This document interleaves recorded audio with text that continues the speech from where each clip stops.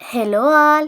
ఈరోజు మనం tasty mutton curry ఎలా ప్రిపేర్ చేసుకుందామో చూసేద్దాం. ముందుగా దానికి కావాల్సినవి ఆనియన్ పేస్ట్, కుడుక తురుము, మటన్, కొత్తిమీర, మెంతి ఆకు, వెల్లుల్లి పేస్ట్, ధనియాల పొడి.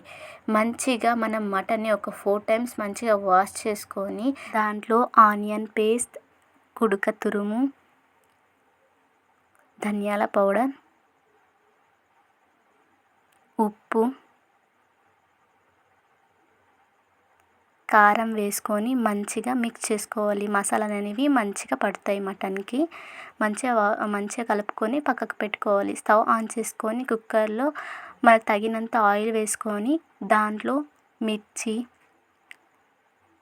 వేసుకోవాలి, బండ పువ్వు, వెల్లుల్లి పేస్ట్, మెంతి ఆకు, పసుపు వేసుకొని మంచిగా కలుపుకోవాలి. మంచిగా కలుపుకున్న దాంట్లో మళ్ళీ కొత్తిమీర వేసుకోవాలి.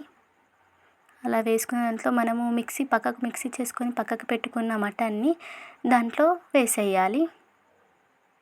వేసుకొని మంచిగా మిక్స్ చేసుకోవాలి.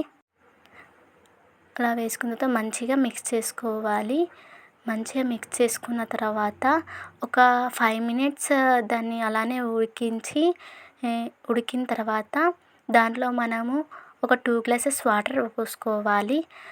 మూత పెట్టేసుకొని ఒక 6-7 విజిల్స్ వచ్చే వరకు వెయిట్ చేసి దాన్ని మూత తీసుకోవాలి. చూసారు కదా మటన్ ఎంత మంచిగా వచ్చిందో. అంతేనండి, మటన్ రెడీ.